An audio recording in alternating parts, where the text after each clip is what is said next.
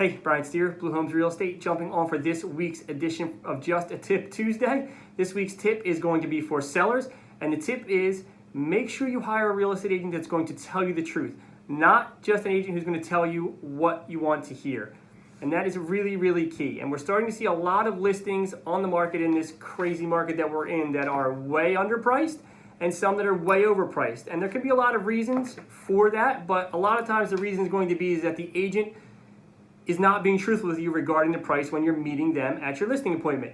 So for instance, if an agent comes in to meet with a seller and the seller says, well, I want $700,000 for my house. That's what I think it is worth.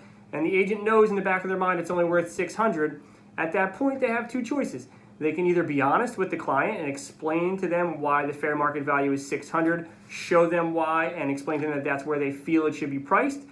Or they can say, oh, $700, yeah, okay, that sounds great, let's do it, and tell them what they want to hear. And the problem is with the second approach is when you do that, you're getting the listing basically on the fact that you're telling them what they want to hear versus telling them the truth. And now you take the listing at $700,000, they're all excited, and after a couple weeks go by and there's no activity, now that agent's going to start calling you and hounding you for a price reduction because they need to get that price down to where they can sell it so they can get paid.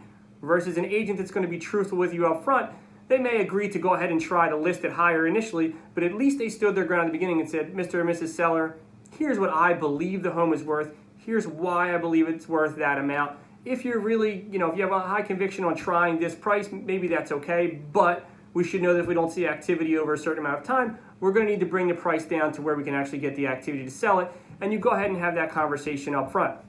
On the flip side of that, we're also seeing agents who are coming in and maybe they have the trust of the seller already, and they say to them, well, your property's worth X, and that number is drastically under what it's really worth, and that's motivated a lot of times by a Facebook post or a social post that's going to say, oh, I had a property I listed, and we had 18 offers and multiple contracts, and we sold it for $100,000 over asking price. Well, you know why you sold it for $100,000 over asking price if it was listed at $3 and it sold at $4?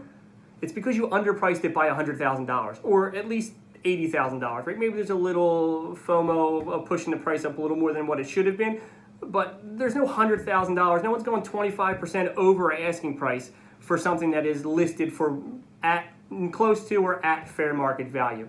So again, a big key when you're sitting down with prospective real estate agents to hire, make sure you get someone that is going to tell you the truth up front and be a partner with you in the process of selling your home. Most people, this is your biggest asset. Don't just go and give it to somebody that says the things that you want to hear. Make sure they can back up what they're telling you with statistics, with facts. Make sure they have a proven plan to get your home sold from start to finish, not just the market's great, we're going to throw it on and it's going to sell in 3 days.